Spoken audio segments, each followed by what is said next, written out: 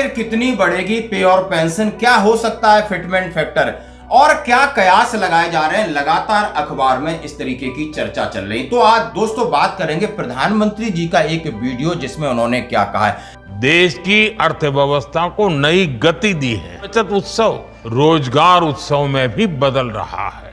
Record बिक्री हुई है, नए नए रिकॉर्ड बने। इससे आपको अंदाजा लग जाएगा, आपको पूरा अंदाजा लग जाएगा आखिर उनके मन में क्या है और वो कितने खुश हैं। और उसके साथ ही बात करूंगा सेंट्रल सेक्रेटरीज सर्विस फोरम यानी आईएएस आईपीएस ने चिट्ठी लिखाया था माननीय प्रधानमंत्री जी को 8वें वेतन आयोग को लेकर के। आखिर उन्होंने कहा है कि 2047 विकसित भारत का जो आपका मिशन है, हम उसके सहयोगी। और ये आईएएस आईपीएस सचिव यानी जो इनके साथ काम करते हैं, इनकी भी चिट्ठी का जिक्र करूंगा कि आखिर उन्होंने माननीय प्रधानमंत्री जी की काफी तारीफ की है और उन्होंने कहा है कि आपने हमारा मनोबल बढ़ा दिया है। और उन्होंने कहा इशारा आप कर रहे हैं, अब ये इशारा कर रहे हैं कि आखिर अब कितनी बढ़ोतरी हो सकती है, ये आप चिट्ठी के बारे में बात करेंगे।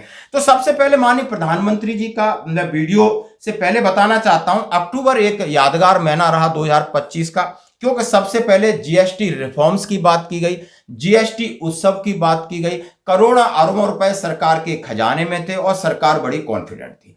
अब उसका जो रिजल्ट निकल के आया है उस पर प्रधानमंत्री जी बड़े गदगद हो रहे हैं। उन्हें ऐसा लगा है कि हमें आर्थिक गति, जो हमारा सोच थी, जो हमारा मोटिव था, जो हमारा एम्बिशन था, वो पूरा होता दिख रहा है। जैसा कि उनके आर्थिक सलाहकार कह रहे हैं कि जब आप मिडिल ऑर्डर को पैसा दोगे तो वो आपके बाजार में पैसा आएगा और बाजार में पैसा आने से आर्थिक गति बढ़ेगी। और जैसा ही माननीय प्रधानमंत्री जी ने बड़े ढंग से एक्सप्लेन किया।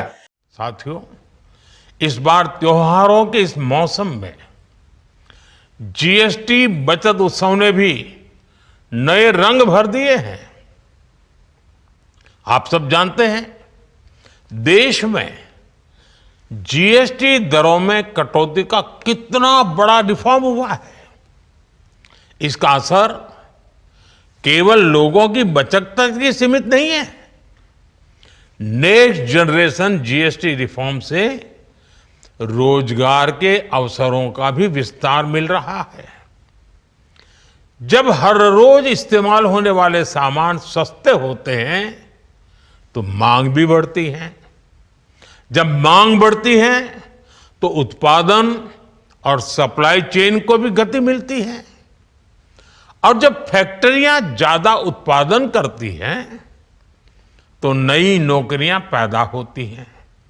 इसलिए ये जीएसटी बचत उत्सव रोजगार उत्सव में भी बदल रहा है। अभी हमने देखा धनतेरस, दीपावली पर जिस तरह रिकॉर्ड बिक्री हुई है, नए नए रिकॉर्ड बने, पुराने रिकॉर्ड टूटे। ये दिखाता है कि कैसे जीएसटी में हुए रिफॉर्म ने देश की अर्थव्यवस्था को नई गति दी है। एमएसएमई सेक्टर और रिटेल ट्रेड में भी हमें इस रिफॉर्म का सकारात्मक असर देखने को मिल रहा है।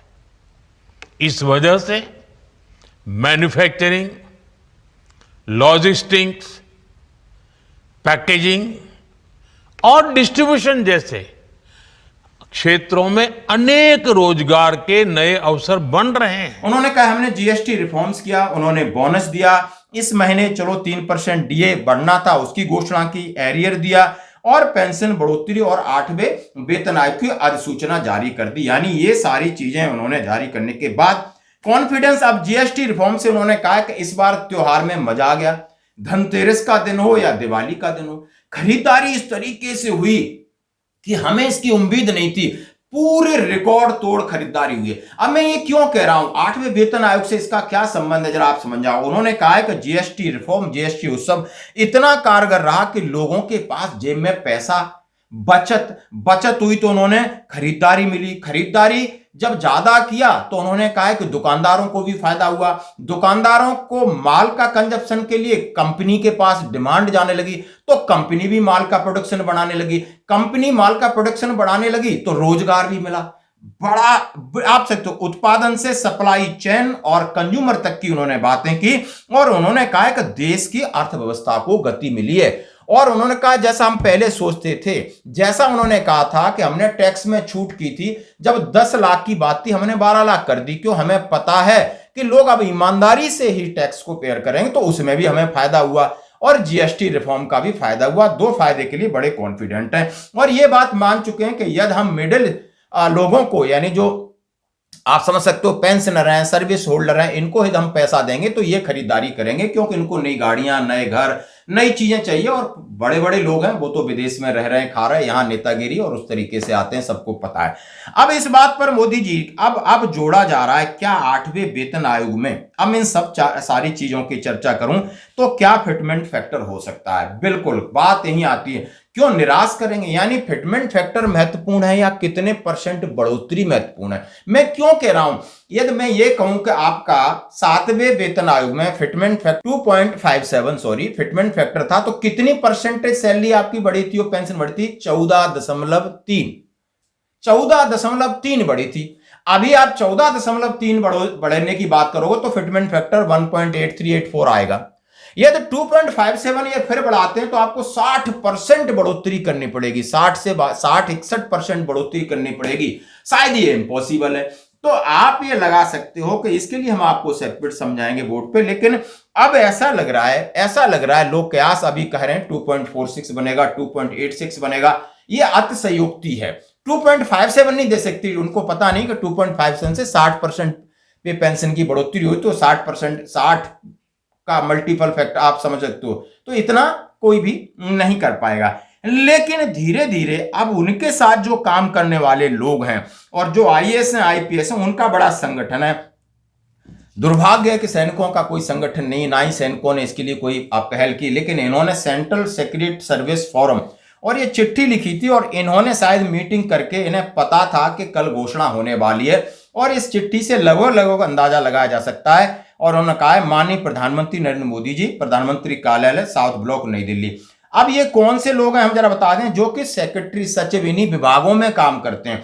परम आदरणीय महोदय, उन्होंने कहा सबने निवेदन है कि केंद्रीय सचिवालय फोरम जो भारत सरकार के मंत्रालयों, विभागों में कार्यरत अधिकारियों का प्रतिनिधित्व करता है, सरकार की दूरदर्शी नेतृत्व, प्रशासनिक सुधार, सुशासन, कर्मचारी कल्याण के क्षेत्र में किया जा रहे निरंतर प्रयासों के प्रति अपनी हार्दिक प्रशंसा व्यक्त करते हैं और आपको धन्यवाद देते हैं। इन प्रयासों ने शासन प्रणाली को अधिक दक्ष, पारदर्शी, उत्तरदायी बनाने में महत्वपूर्ण भूमिका निभाई। यानी ये सरकार की भूरी प्रशंसा कर रहे हैं। 8वां वेतन आयोग लागू हो गया है। अब इन्होंने सीधा सीधा कहा है कि ये उल्लेखनीय है, उन्होंने सीधा सीधा कहा है कि जो आपने 8वें वेतन आयोग की जिस तरीके से जनवरी 2025 में स्वीकृति दी, अभी घोषणा हुई है विकसित भारत 2047 का लक्ष्य के लिए हम आप समर्पित हैं। लाखों अधिकारियों कर्मचारियों की निष्ठा, सेवा भावना का भी आपने सम्मान किया है और इस तरीके से उन्होंने बातें की हैं। अब बात कहा जा रहा है कि टर्म्स ऑफ रेफरेंस को सार्वजनिक किया जाए और आगे इनका ख्याल रखा जाए। यानी सब लोग उनको धन्यवाद दे रहे हैं, कोई किसी तरीके से, कोई किसी तरीके से। लेकिन मोदी जी के मन में हमारा एक एनालिसिस है। अब बहुत सारी खबरें आती हैं, वह खबरें ध्यान नहीं, क्यों नहीं, क्योंकि हमको भी थोड़ा बहुत समझ में आने लगा है कि आखिर चीजें क्या है। तो आप समझ सकते हो कि मोदी जी जिस तरीके से अपने कॉन्फिडेंस के साथ कह रहे हैं, तो लगभग आपको ठीक ठाक बढ़ोतरी होगी। अब ये बढ़ोतरी निर्भर करती है कि सबसे पहले रिकमेंडेशन क्या जाती है, जैसा कि हमने सवेरे आपको बताया कि इस 8वें वेतन आयोग की कमांड 3 धुरंधरों को मिली। आखिर वो किस तरह की रिकमेंडेशन देते हैं और सरकार क्या स्वीकार करेगी। सरकार के पास फैक्टर होते हैं कि उनके पास कितना आर्थिक बोझ पड़ेगा और सरकार की जो नीतिगत योजनाओं को भी ध्यान में रखना होता है। धन्यवाद।